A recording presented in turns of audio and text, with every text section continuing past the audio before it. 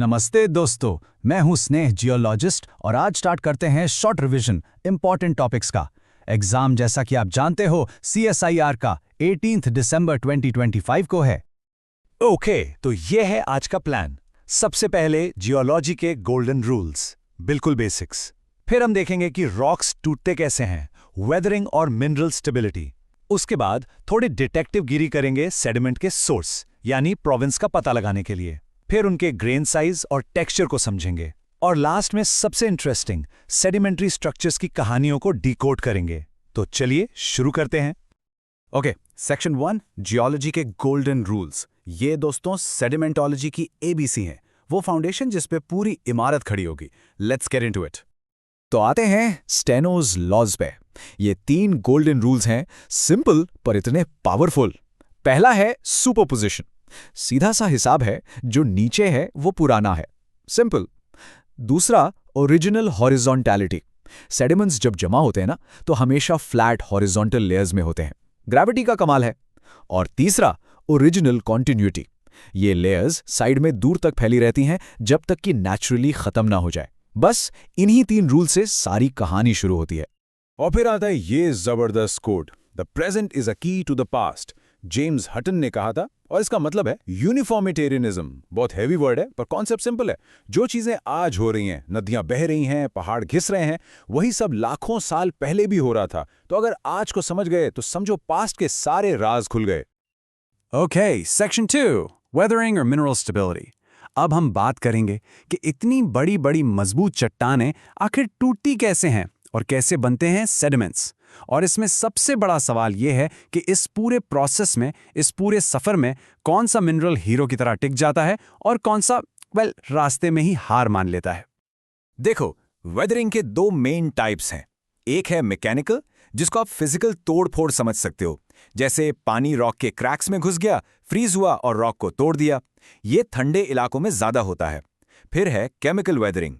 यहां rock chemical reaction से समझ लो घुल जाता है। ये सबसे ज्यादा इफेक्टिव होता है गर्म और ह्यूमिड जगहों पर, जैसे ट्रॉपिक्स में। ये टेबल दोस्तों बहुत इंपॉर्टेंट है। बेसिकली ये बोवेन्स रिएक्शन सीरीज का आईना है, एकदम उल्टा। याद है बोवेन्स में सबसे पहले सबसे हाई टेम्परेचर पर ओलिवीन बनता है। सरफेस पे वही सबसे पहले मरता है, बिल्कुल अनस्टेबल। और बोवेन्स में जो आखिरी में बनता है हमारा क्वार्ट्स, वो यहाँ का सुपरस्टार है, द अल्टीमेट सर्वाइवर। इसको कुछ नहीं होता।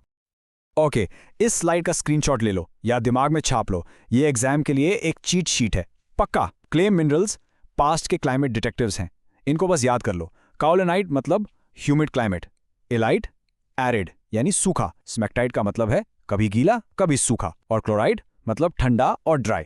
इस पे क्वेश्चन आना ऑलमोस्ट गारंटीड है। चलिए सेक्शन 3 सेडिमेंट का प्रोवेनेंस। अब टाइम है शर्लॉक होम्स बनने का। प्रोवेनेंस मतलब ये पता लगाना कि सेडिमेंट आया कहां से है, इसका पेरेंट रॉक कौन था। चलिए क्लूज को फॉलो करते हैं और इस मिस्ट्री को सॉल्व करते हैं। हमारा पहला क्लू है Q/F रेशियो, यानी quartz versus feldspar ratio. Logic बहुत सिंपल है दोस्तों। हमने अभी देखा क्वार्ट्ज स्ट्रांग है, सर्वाइवर है, फेल्डस्पार थोड़ा कमजोर है। तो अगर आपको क्वार्ट्ज ज्यादा मिल रहा है और फेल्डस्पार कम, यानी हाई QF रेशियो, तो इसका क्या मतलब हुआ?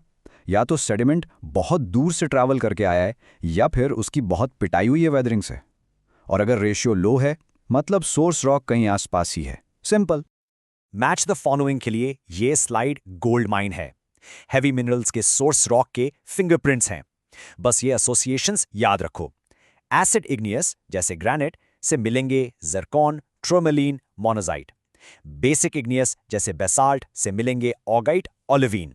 मेटामॉर्फिक रॉक से आते हैं गार्नेट, स्टोरियोलाइट, क्यानाइट। और हां, अगर आपको गोल मटोल वेल राउंडेड जर्कॉन टर्मलीन मिले तो समझो ये सेकेंड हैंड माल है, यानी रीवर्क्ड सेडिमेंट्स। और मैच्योरिटी चेक करने का एक और सुपर टूल है, ZTR इंडेक्स। जर्कॉन, टर्मलीन, रूटाइल, ये 3 हैवी मिनरल्स के बाहुबली हैं, अल्ट्रा स्टेबल।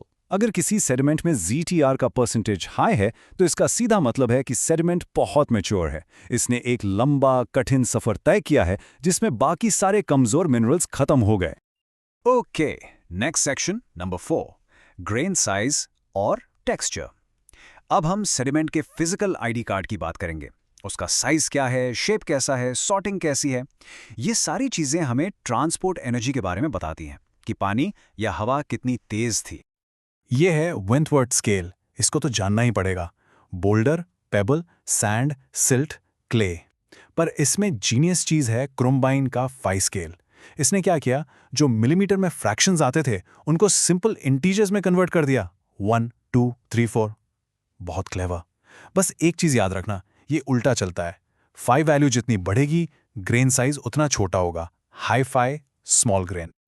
एक और सिंपल पर सुपर इंपॉर्टेंट कॉन्सेप्ट, सॉर्टिंग और पोरोसिटी। देखो, वेल सॉर्टेड सैंड में सब ग्रेन्स एक जैसे साइज के हैं, उनके बीच में खूब जगह बचती है, इसलिए पोरोसिटी हाई होती है। पुअरली सॉर्टेड में क्या होता है, छोटे बड़े सब मिक्स होते हैं, तो छोटे वाले ग्रेन्स बड़े ग्रेन्स के बीच की जगह को ब्लॉक कर देते हैं, लाइक अ ट्रैफिक जैम, इसलिए पोरोसिटी हो जाती है कम। Alright, section 5 important sedimentary structures. अब मजा आएगा। अब हम इन रॉक्स की लैंग्वेज को डिकोड करेंगे। पानी और हवा जो पैटर्न्स छोड़ जाते हैं ना, वो पास्ट के एनवायरमेंट्स के डायरेक्ट एविडेंस हैं। चलिए देखते हैं। ये सीक्वेंस एब्सोल्युटली क्रिटिकल है, इसको दिमाग में सेट कर लो।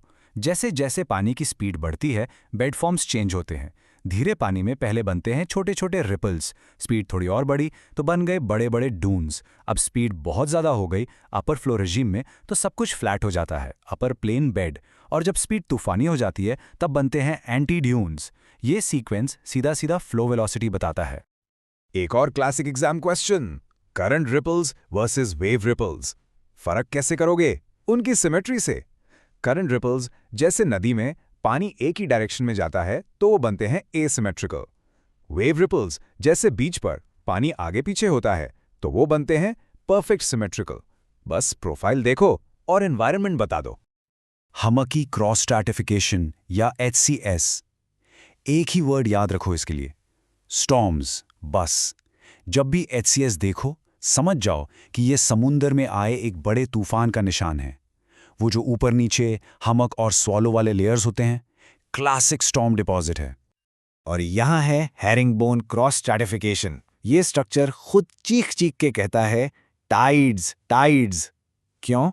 क्योंकि इसके क्रॉस बेड्स दो ऑपोजिट डायरेक्शंस में डिप करते हैं, एक सेट फ्लड टाइड का, दूसरा सेट एब टाइड का। बिल्कुल मछली की रीढ़ की हड्डी जैसा पैटर्न।